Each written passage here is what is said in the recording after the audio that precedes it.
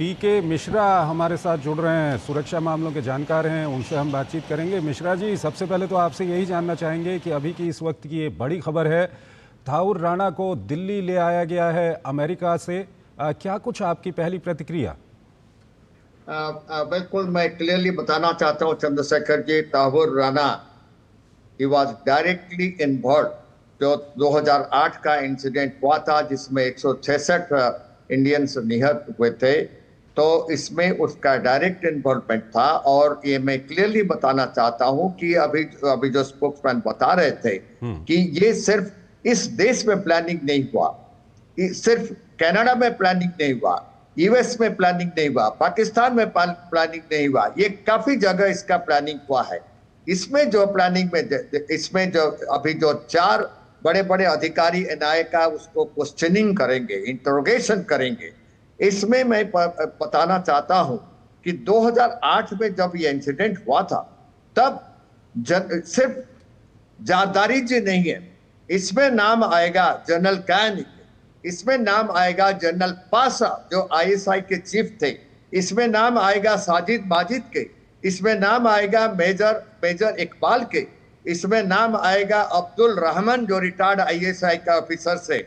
एक काफी senior officers Pakistan army के और आईएसआई के काफी पॉलिटिकल लीडर्स इंक्लूडिंग लश्कर तोयबा, जमातुल दावा और जैश मोहम्मद, इनका चीफ का भी नाम आएगा जो इसका प्लानिंग में शामिल है।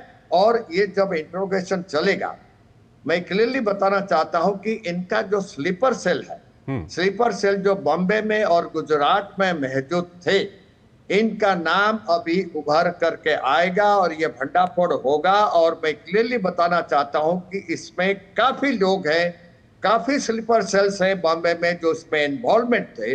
क्योंकि डेविड हेडली जब वहां पर रैकी के लिए गया था, तो रैकी के दौरान उसने काफी जगह पर विजिट किया था। उसका विजिट के लिए थाउर राणा उसका प्लानिंग किया था विजिट का। और ये जो रैकी किया गया, इस रैकी में उनको काफी बॉम्बे के जो स्लीपर सेल थे उनको मदद किए थे। और ये लोग अभी भी मौजूद हैं। आप बने रहिए हमारे साथ। प्रफुल्ल केतकर भी हमारे साथ जुड़ चुके हैं, वरिष्ठ पत्रकार हैं। प्रफुल्ल जी, आपकी पहली प्रतिक्रिया क्या है इस वक्त? नमस्कार चंद्रशेखर जी, ये मैं मानता हूं कि भारत की बहुत बड़ी डिप्लोमेटिक जीत है, क्योंकि इस एक्स्ट्राडिशन को रोकने के बहुत सारे प्रयास हो रहे थे वॉशिंगटन डीसी में भी, क्योंकि ये पाकिस्तानी ओरिजिन के कैनेडियन डॉक्टर अपने आप को कहते हैं, लेकिन 12-13 बड़ी आतंकवादी घटनाओं में वांटेड थे। पूरे वर्ल्ड में जो टेरर नेटवर्क है उसके संबंध में इनके ऊपर अनेक तरह के आरोप लगे हुए हैं। स्पेशली अमेरिकन और इजरायली सिटीजन्स को टारगेट करने का इनका एक पैटर्न रहा है।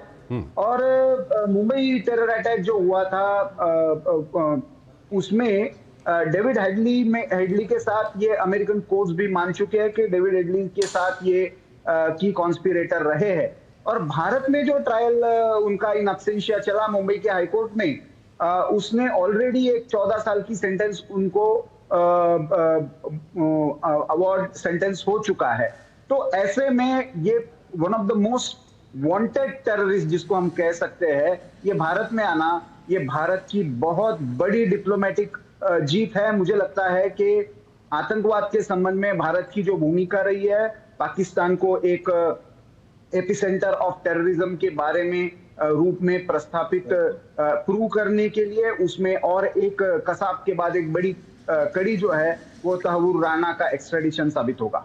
ठीक है, मिश्रा जी हमारे साथ जुड़े हुए हैं। मिश्रा जी, आपसे हम ये जानना चाहते हैं कि अब जब एक्स्ट्राडिशन ट्रीटी के तहत एक जुडिशियल कस्टडी में राणा को यहाँ पर लाया गया है, आगे की क्या कुछ प्रक्रिया होगी? बिल्कुल, इनको अभी जो है कोर्ट में उनको प्रोड्यूस किया जा रहा है, अभी कोर्ट में प्रोड्यूस किया जा रहा है। और उसमें जो है एनआईए उनको अपने पास 50 दिन के लिए और 1 महीने के लिए वो जरूर उनका कस्टडी मांगेगा। क्योंकि वो बेशक वो कनाडा के नागरिक है और यूएसए में थे और लॉस एंजलिस के कोर्ट में थे, लेकिन क्योंकि उसको प्रत्यार्पण किया गया है और इंडिया का जो इंसिडेंट हुआ था इंडिया में उसमें डायरेक्ट इन्वॉल्वमेंट है, उनको 30 दिन का कस्टडी में रखा जाएगा और 30 डेज जो है, पहले उस 30 डेज में उन्होंने नॉट ओनली एनआईए, इसमें आरएडब्ल्यू, इसमें आईबी, इसमें बॉम्बे का आईटीएस, गुजरात का आईटीएस, ये सभी जो है उनको क्वेश्चनिंग करेंगे. He will be interrogated definitely bit by bit, not only कि पाकिस्तान का इन्वॉल्वमेंट क्या क्या था, आईएसआई का इन्वॉल्वमेंट क्या क्या था, लेकिन इंडिया का कौन कौन सा स्लीपर सेल्स का इन्वॉल्वमेंट था, ये के पूरे इंफॉर्मेशन उससे लिया जाना पड़ेगा. और ये हम बताना चाहते हैं कि ये अकेला नहीं है तब्दुल राना, इसके बाद हाफिज सईद का भी नाम आएगा जिसको कि लाना पड़ेगा. और ये जो 3 आदमी हमारा है जो वांटेड लिस्ट में, दाऊद और हाफिज सईद और लाखवी, ये अभी बच नहीं सकते. और अभी हाफिज सईद का जितने करीबी थे वो जा चुके हैं.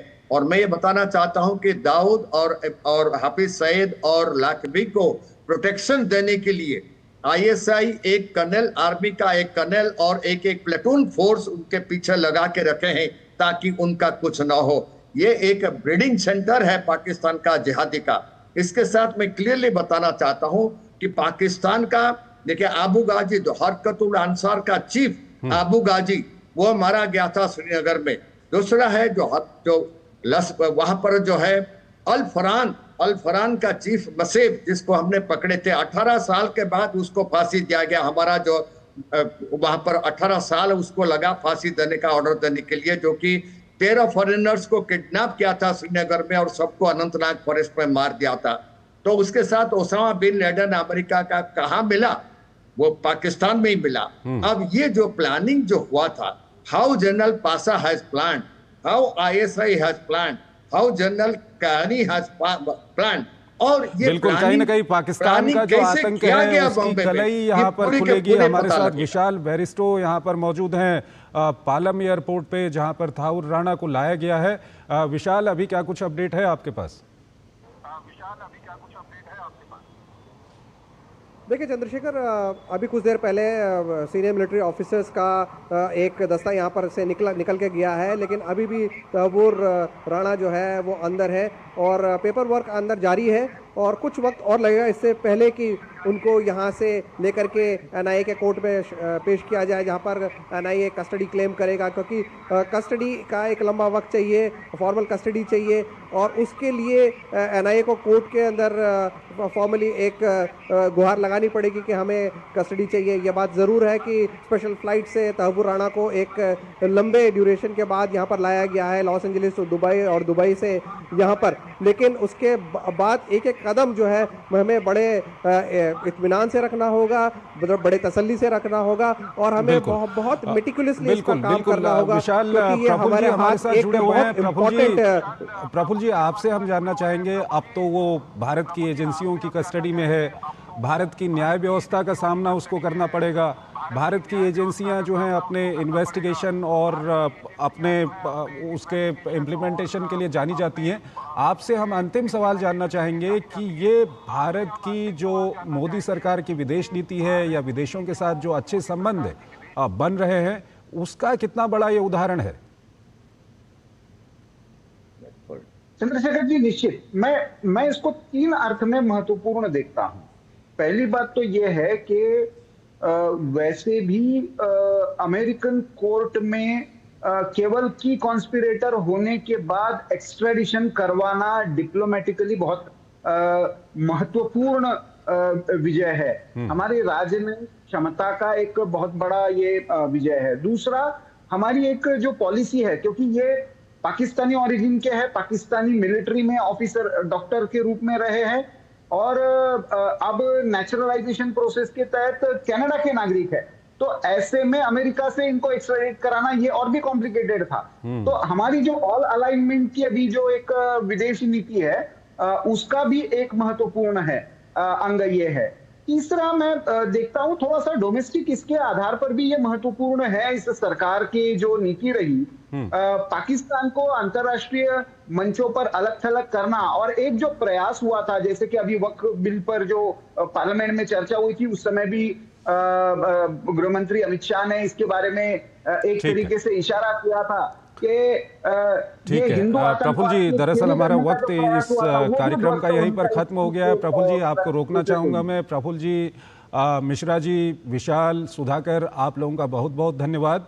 और थाउर हुसैन राणा जो एक मोस्ट वांटेड आतंकवादी है, वो अब भारत की एजेंसियों की कस्टडी में है।